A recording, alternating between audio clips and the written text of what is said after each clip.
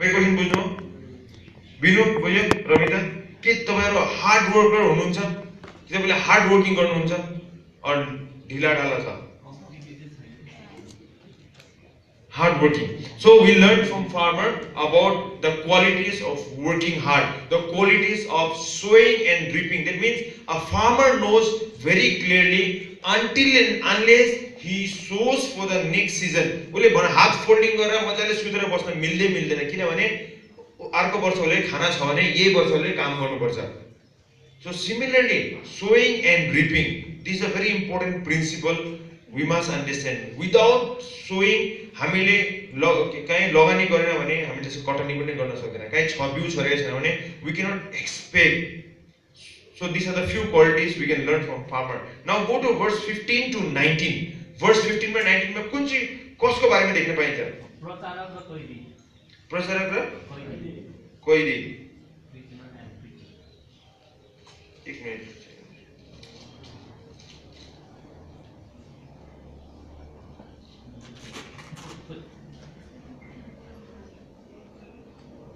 मेरो 15 a worker lace the workers huh 15 में lace do your best to present yourself to God as one approved a worker के lace Nepali के छ कामदार.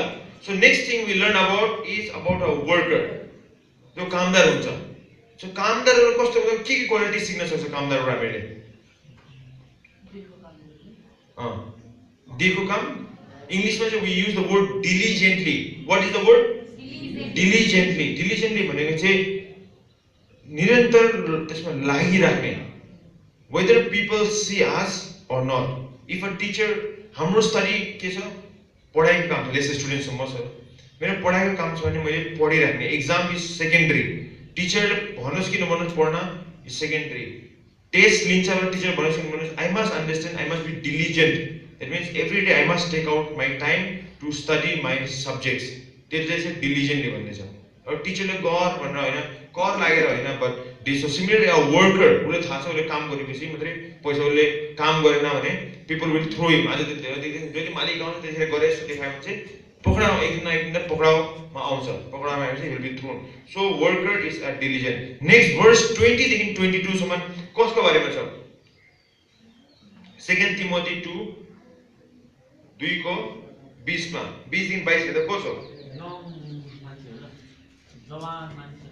26 मा हेर्दाखेरि चाहिँ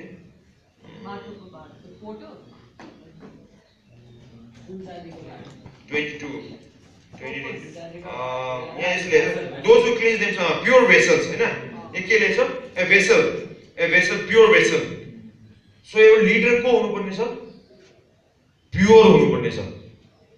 बुझ्दै छ रमिता बिनु स्नेहा? सो यो लिडर बन्नको लागि हामी के दिनु पर्यो? प्योर. खाली भाडा मात्रै pure vessel. Yes, pure. Our life must be lived in holiness. हाम्रो जीवन चाहिँ हामी पवित्रता जीवन लिडर भएपछि हाम्रो जीवन चाहिँ पवित्रतामा हुनुपर्ने छ. त्यसमा Paul is telling Timothy, we must be a pure vessel. A leader must be pure in all his conduct. Okay, the last verse 23 and 26. कसको पोर्ट्रेट देखिन्छ त्यहाँ हामीले?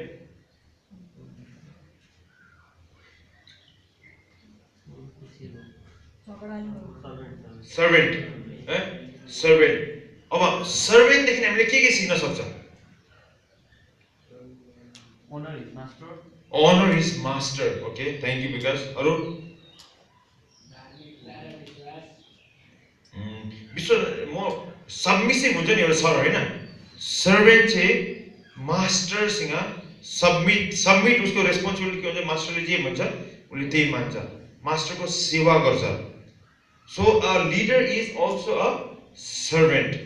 We must do I have a servant heart. मलाई अस्ति एउटा बहिनीलाई पनि सिकाइरहेको थिएँ हैन. If you see in the book of Matthew, in the book of Matthew, यो नेपाली र इङ्ग्लिसमा मथी र मेथ्यू. अस्ति मलाई यस्तो कन्फ्युज भयो बाइबल पढ्दाखेरि. यो इङ्ग्लिसमा पढ्दाखेरि त्यो नामहरू के we got so used to speaking. Anyway, so servant अस्ति मैले त बहिनीलाई पनि त्यही सिकाइरहेको थिएँ. Many times हामीले गर भन्दा गर्छ.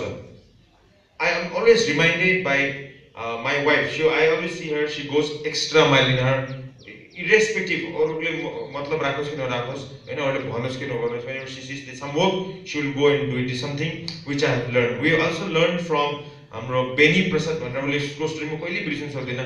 ऊ प्लेनमा उडेर जाँदाखेरि प्रभुले उसले यस्तो फिल भयो अरे हैन. बेनी प्रसाद धेरै मान्छेले चिन्छ हैन. Now we know Beni Prasad चाहिँ वर्ल्डको प्रभुको छोरा, एन्ड उसले 16 वर्ष हुँदाखेरि उसले सुसाइड गर्न आँटेको मान्छे, प्रभुले बोलाएर अहिले प्रभुले एकदमै चलाउनु भएको छ. अनि त्यो मान्छेले के भन्यो भन्दाखेरि आज सबभन्दा मोस्ट ट्राभल्ड सारा संसारमा जाने आउने गर्ने परमेश्वर सुसमाचार सुनाउने गीतदेखि गर्ने, अहिले उसले ठुलो एउटा के अरे चियाको एउटा काउन्सिलिङ सेन्टर खोलेको छ, चाय 316 भनेर बेङ्गलोरमा.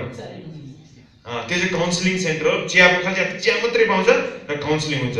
पुरा ठुलो रेस्टुरेन्ट जस्तो छ, बाइबल भर्सहरू लेखेर आएको छ हैन. एन्ड पिपल गो बिकज उसको लाइफ उसले सुसाइड गर्न आँटेको मान्छेले उसले प्रभुमा न्यू लाइफ पाएर आज अन्त सबै सारा संसारमा प्रभुले लानुभएको छ. ओलम्पिक्समा पनि उसले गाएको छ, त्यहाँ ठुल्ठुलो प्रोग्राम्सहरूमा पनि उसले गाएको छ, अनि सेकुलर प्रोग्राममा पनि उसले गाएर प्रभुको सुसमाचार. अन्त उसले के भन्यो, उसले भन्यो मेरो लाइफ के थिएन, म त सुसाइड गर्न गएको. इफ यु सी उसले उसको भोइस पनि एउटा केटीको जस्तो, केटा मान्छे पनि केटीको जस्तो भोइस छ, एकदम डिफ्रेन्ट होइन.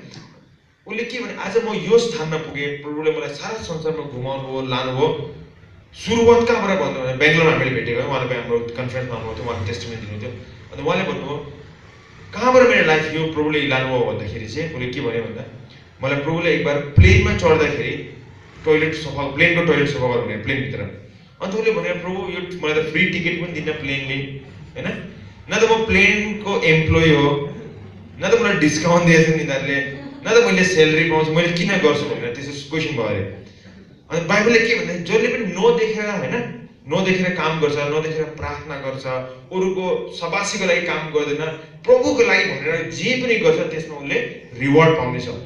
अनि उसले त्यो एक्जाम्पल दियो. अनि हामीले प्रभुले त्यस्तो पनि गर्न लगाउनुहुन्छ टाइममा हामीलाई तयारी गर्न. That's why if you see in the book of Matthew, Jesus talks about going extra